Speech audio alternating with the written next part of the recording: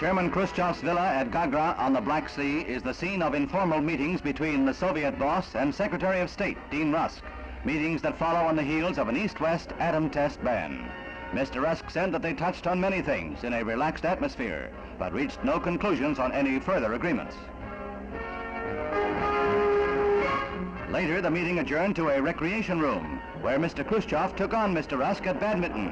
Decked out in his Ukrainian blouse, the Russian leader defeated the American. But that's the life of a diplomat.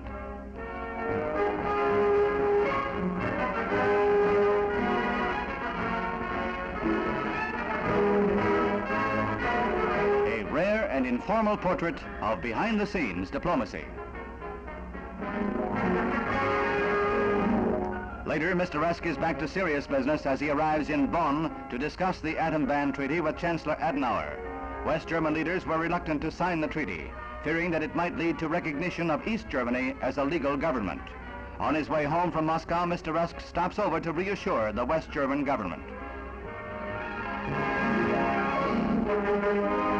He is closeted with the Chancellor for 7 hours, and they come to an agreement. West Germany will sign the pact, relying on the U.S. pledge that Bonn will be consulted on future negotiations with Moscow.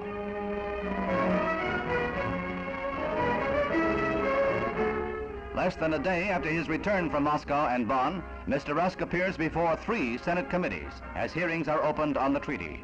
Congress itself must ratify the pact, and Mr. Rusk is the first witness before the Senate Foreign Relations and Armed Services Committees and the House Senate Atomic Energy Committee. Mr. Rusk urged Senate approval of the test ban treaty and promised that President Kennedy would end the pact overnight if Russia violated it. He said the Big Three treaty was not based on trust of Russia.